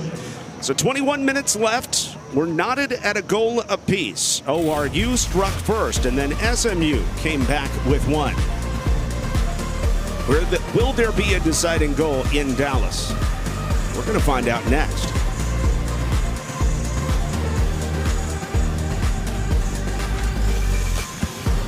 With the equalizer, always dreamed of playing for the Mustangs. So I imagine he always dreamed of scoring for the Mustangs as well. And Lopez got that opportunity. He has been very, very good. The former district MVP and All-Stater in his time at Irving High School for the Tigers. And think how many players in this area have grown up wanting to play for SMU, because for a long time, SMU was the only Division I program in the entire state. And, you know, for years, SMU got its pick of just about every kid in Texas. Obviously, there's enough talent here that from other schools around the country will come to town looking to try to get some players as well. But Milton Lopez is certainly not alone as someone who grew up dreaming of wearing the red and, well, white tonight, but red and blue often. Playing for the Dallas Texans, ECNL, as well as the Irving Tigers back in his high school days. Long ball, really good one. Flores banging his way into the 18. Flores making sure he stays in possession. Now the serve is in. ORU players trying to make sure they stay onside. Looked like a handball, but the drive anyway by Dennis comes all the way out top, and it's chased down by Bailey Sparks. It sure did, and all of the referees on the Oral Roberts bench agree with you that it looked like a handball, and a couple of them are now looking to the fourth official asking that to be reviewed. And we'll see if indeed it is. There will be a foul that goes on SMU. Here you see Dennis and Georgievich. So it goes off Georgievich's arm for sure, off the underside of it, but. And while Georgievich is tugging on Dennis's jersey.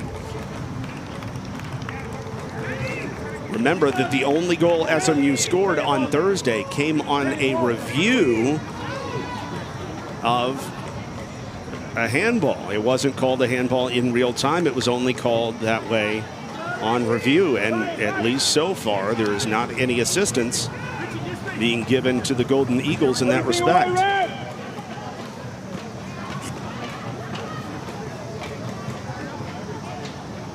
The Golden Eagles' regular goalkeeper, Jakub Griziak, is definitely lobbying for a review. And now Ryan Bush is talking with the fourth official as well. Everything away! No review. Right, come on, come on! Flores serve sharply in, headed back out. Backing it up is Kadua. Bailey Sparks says absolutely not, but needs to keep playing because the ball is still in a dangerous spot. Kudos to Danny Escorcia for running out and trying to climb the ladder, but he's going to lose those 50-50 jump balls frequently as he stands only 5'5". We're on the campus of SMU. Great to have you with us on what is becoming a more comfortable night as we go on. SMU Mustangs now members of the ACC as of this summer. And the SMU men playing their second game as an ACC member, winning their opener against Air Force. It's a play on for a while, but eventually on this takedown. Again, Sergio Gonzalez waiting to see if SMU was able to maintain the advantage. Bailey Sparks was taken down, and then a couple seconds later, Mustangs unable to hold possession, so then the late whistle comes in. Oral Roberts scored the opener. It's a header by Jose Estrada. The story of that play, though, the incredible serve by Damani Harris, looping its way over the 6'4" Chance Johnson. 4 minutes later, in the 69th minute, SMU responding with a goal of their own. As Milton Lopez got the goal thanks to the assist by Bailey Sparks. The serve all the way across. Chasing it down, Emmanuel Dennis. Golden Eagles trying to get back on the board as Georgievich and Dennis grind in the corner. Georgievich looking to maintain his space and knocked down from behind. And again, grasping that right lower leg, just like he did about 10 minutes ago. Georgievich did such a good job. He looked like he was sort of boxing out in the low post as he has Dennis on his back hip there. And then when the second Golden Eagle arrives, Omar Mora, he was able to spin through the two.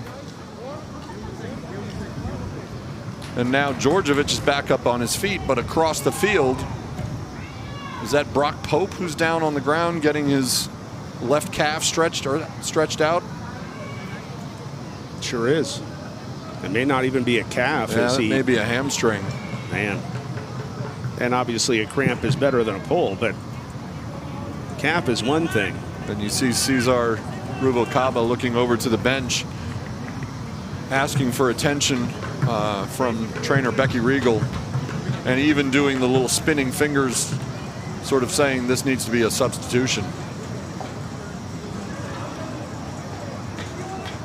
Riegel's got some hydration and some magic spray. She makes her way onto the field. You can argue that she and just about everybody else in her position at different programs, effectively the MVP of every team, because they do so much to keep these guys hydrated and healthy and stretched and help them recover from ankles and cramps and strains. They're amazing at what they do, and they don't get nearly the credit they deserve. And Becky Riegel is certainly in that class. I correct myself, instead of a spray, it's more of a roll-on, which is what I prefer as well. Lamar Bynum getting some education there from one of the newest assistant coaches for the SMU Mustangs. That is not a good sight. No, it's not. And again, you hope it's just a cramp, as Tony Romo just once said. Right, and look, the Mustangs do have the benefit of Lamar Bynum having played that position most of last year. So it's not like you're kicking an 18-year-old freshman into the deep end and saying, good luck, have fun out there. You've got a seasoned professional here coming in to replace Pope. But Pope has been really extraordinary at that left outside back spot for the Mustangs' first two games this year. And you're certainly hoping that this is a minor interruption in his season.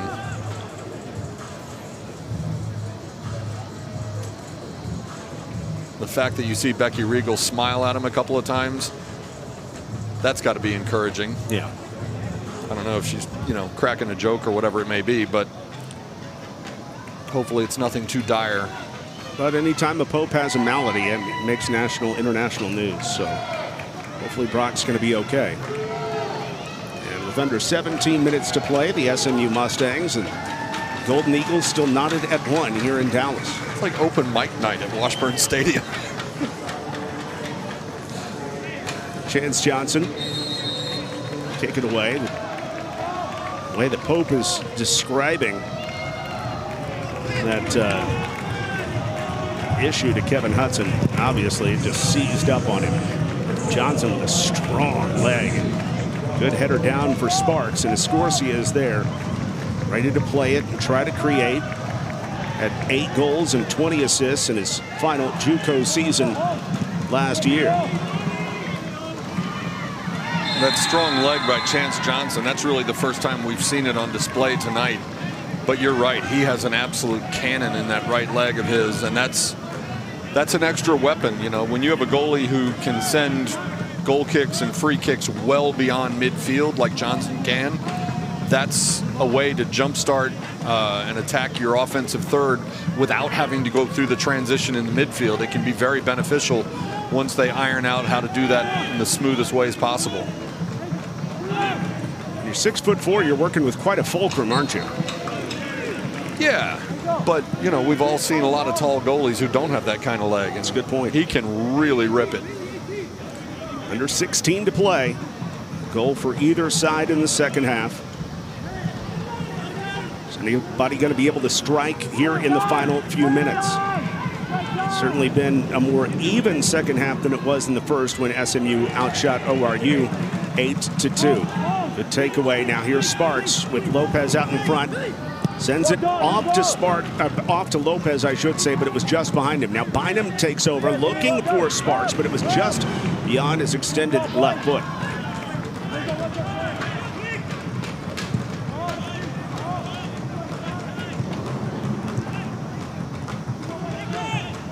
Who stood out for you on either side? Let's start on the SMU side.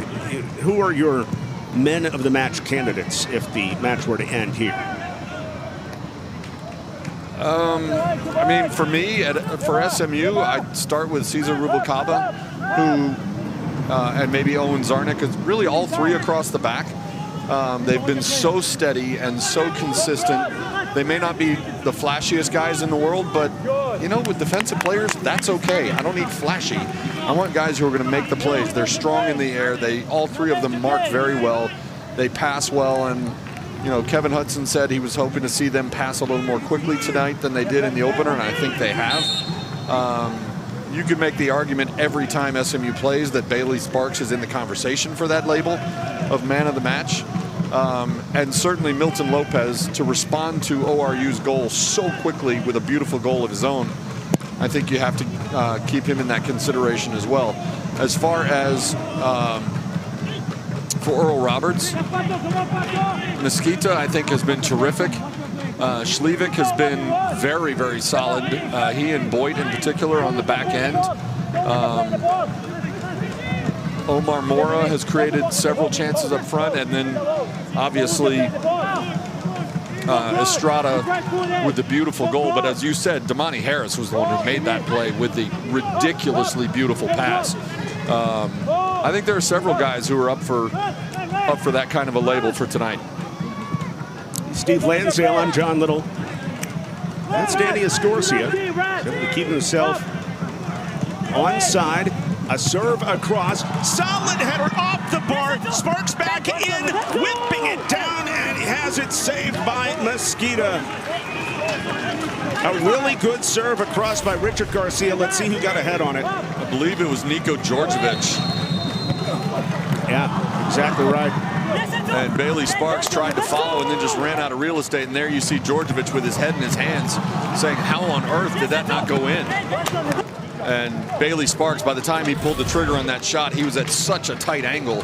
He had really nowhere to go to get that ball around Mesquita, and he buried it right in his chest. Think about the night that Djordjevic has had. And by the way, he could be in that conversation too for man of the match. He's gone down with some kind of an injury twice. He has done yeoman's work defending and playing that wingback role up and down the sideline. And then he was within inches of a go-ahead goal here at the end. Djordjevic has been terrific. It seems like every time he plays, he reminds you how much SMU missed him when he was out of the lineup. Djordjevic, who was an all AAC player 2 seasons ago, but missed almost all of last year, struggling to come back from an injury.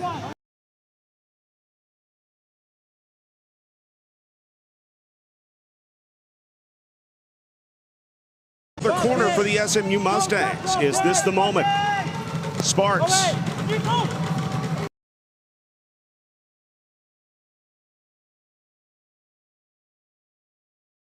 That is skied away and out of play, and the Golden Eagles survive another critical moment.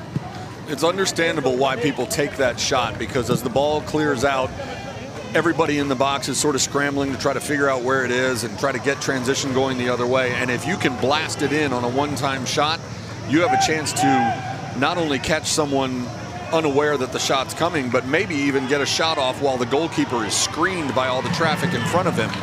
So it's tempting to take the shot, but to do that off the half volley is incredibly difficult.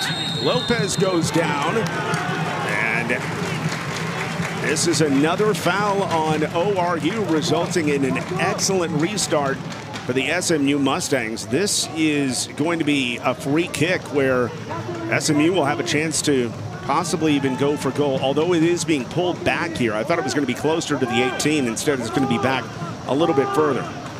Yeah, I thought it was going to be a little closer than that as well. So now we're in the 28 to 30 yard range.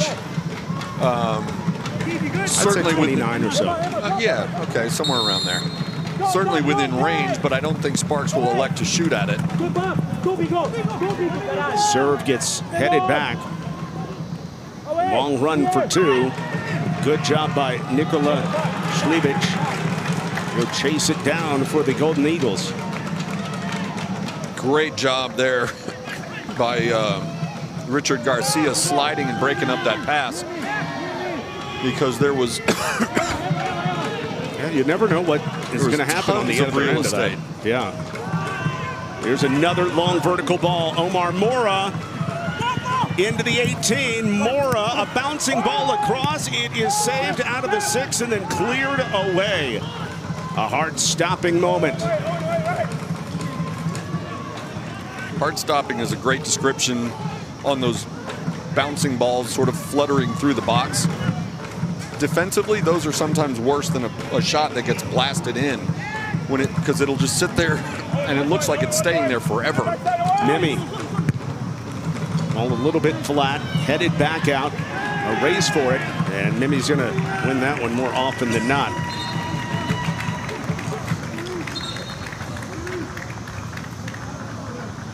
A little over 10 to play here in Dallas. Go to a substitution with Emmanuel Dennis heading to the bench, and it is Aiden Ussery in for the first time this season. In fact, Ussery getting a chance to make his debut for the freshman, who is from this area, played at Plano West, or Plano High School, I should say. So Ussery getting a chance to show his stuff in front of some fans of what he's done over the years. And that explains the little outburst we heard from the crowd when he checked in. Got to figure there's some friends and family here to see number 16.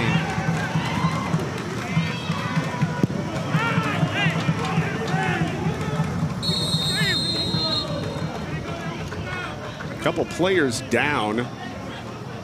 Yes, we see Kodua, but I think that Sergio Gonzalez was actually looking at Owen Zarnik, who got stepped on. And Kodua acted like he also got stepped on by Bailey Sparks, and when he did, when he went down, Sparks turned around and looked at the 4th official with his hands out as if to say, what did I do? It ends up that those two players about 50 yards apart. Kodua is up. Gets a handshake from Sparks and starts running. Now he's good.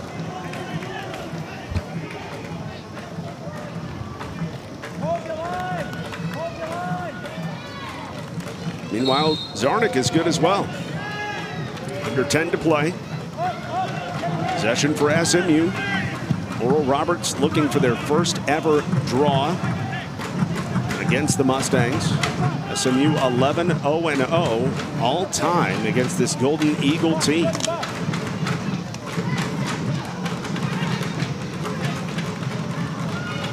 Of course, they're thinking, why not make it a win today?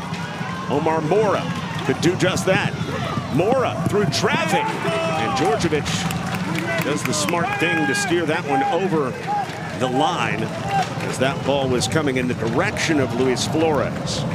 Yeah, and it's one of those plays where you hate to give up a corner, but Djordjevic knew who was camped out right behind him, and if that ball got through, it would have been very close proximity for a shot to blast at Chance Johnson.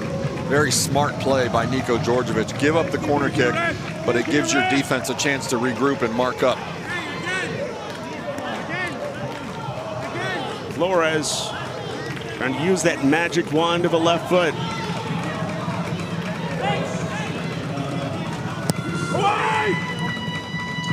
Serve gets all the way over. The low blast by Mora is blocked, chipped in, and saved from going over the end line by Chance Johnson scrambling. And that low blast by Mora is exactly what Clanton Pimentel was trying to do a couple of times on the other end. If you can control it, if you can harness it and keep the ball down, doesn't matter whether it's on the ground or in the air, but if you can blast it into the crowd, you never know where a deflection's going to come. And with 8 minutes left, a deflection goal is still a beautiful goal. It looks just like an upper 90 blast in the stat sheet. Whether it's pretty or dirty, both these teams would love to see a goal in this final 8 minutes for the separation. Here's Djordjevic for SMU, number 10 team in the country. And what a feather in the cap this would be for Oral Roberts to even get a draw. But Djordjevic earns the corner as it is sent over the end line by Ussery. If this does end up in a draw, I don't think it hurts the Mustangs a great deal as far as rankings, which, by the way, Kevin Hudson is like so many other coaches who will tell you doesn't really care about rankings when we're still in August. But a draw against a very good team when you're missing 3 critical players, probably you're not going to be penalized a great deal. Sparks, low liner. It's on the ground, but just past. Salvo cleared away by ORU, but Salvo takes it right back, chips it over the top. Trying to turn on it is Bynum. Bynum leaves it outside for Bailey Sparks. Sparks maybe looking to earn another corner or to operate. Goes with the left foot. Escorcia, a ricochet drive, and finally it is cleared, at least momentarily. Now Mimi, a solid left-footed send all the way back into the SMU side. Absolutely beautiful play by Mimi. Kept his composure, knew that he had Bailey Sparks breathing down his neck, and took that one extra touch to get maybe half a step of separation, and that's all he needed to send the ball about 60 yards upfield and out there. ORU coming off of a 3-2 hard luck loss at number 22 Kentucky on Thursday. SMU picked up a win over Air Force, 1-0 on Thursday. Felt a little bit dangerous the way that ball was moving through the middle there, and eventually it ends up in an SMU possession. Game tied at 1-1. Escorcia stops on it. Right-footed slot, knocked down. Now this secondary drive to the back post, but there is nobody home to go hunt that one down. We've talked about how the Mustangs have been pressing higher than they did in the first game against Air Force, and that has paid off. They've gotten some takeaways. They almost got one right there inside the penalty area as well. Oral Roberts sort of defense sort of playing with fire a little bit. Not that they're doing it intentionally.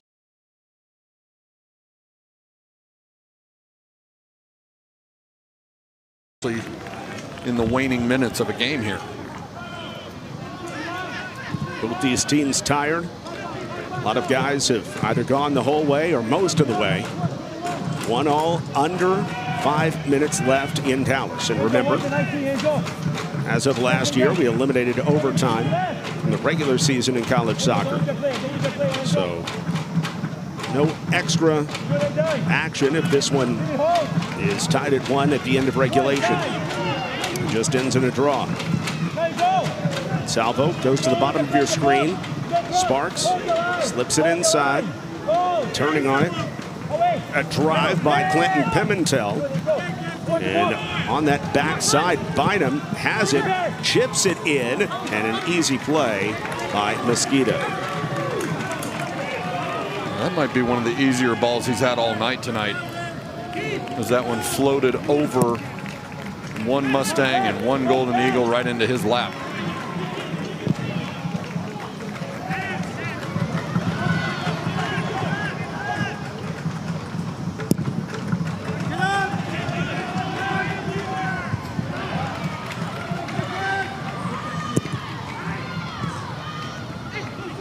Takeaway. Here's Pato. A drive in, blocked down by Rubalcaba. Chased down by SMU. 3.5 minutes left to try to get basically what could feel like a golden goal for one of these teams to pick up a win.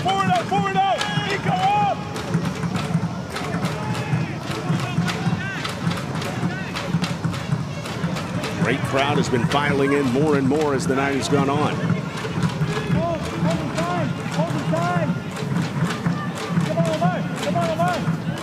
Danny Escorcia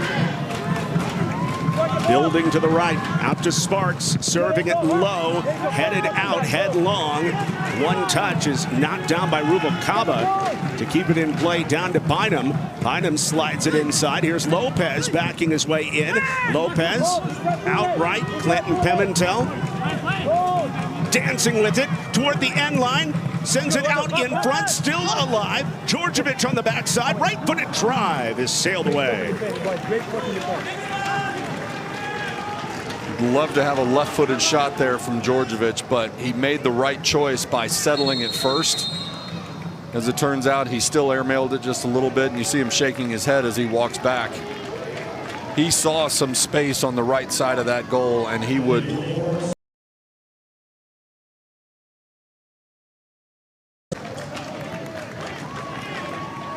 Benjamin Morgan in for Pato, who has pretty much gone this entire second half. And Pato is either feeling some pain or just beyond gassed. He comes off wincing. Looks like he's limping on both legs a little bit. And I think that's a result of the Eagles. He's been terrific.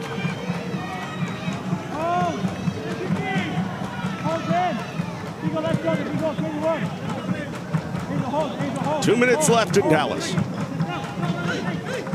Lopez has gone the whole way at striker in the second half, turning to the middle. He had the game-tying goal. Stays on the ball here. Slides it out to Djordjevic. Heavy first touch, but he settles it down. Cuts to the middle. Djordjevic still on the run. The low drive, and Mosquito brings it in. It's a Mosquito trap.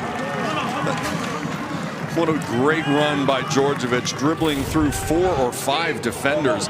As you said, that first touch kind of heavy, but his second touch was great. He dropped it on a dime, and then 1, 2, 3, 4 defenders were within shouting distance, and he still got a low left-footed shot off. And to your point, Mosquito obviously came up with the save, but nice run by Djordjevic. Here's Omar Morta attracting 2. Corner for the Golden Eagles. A key moment with 1:06 left. That ball really got chased away. You see some ORU fans trying to give the Golden Eagles the spark they need. Chance Johnson's only been beaten once.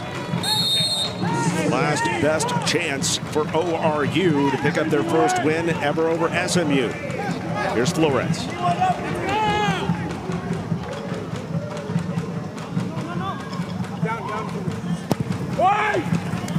Powers it to the top of the 6. It is down, but off that short hop. It is blasted away by Juan Marino. 25 seconds left. This is where that cannon from Chance Johnson would come in handy.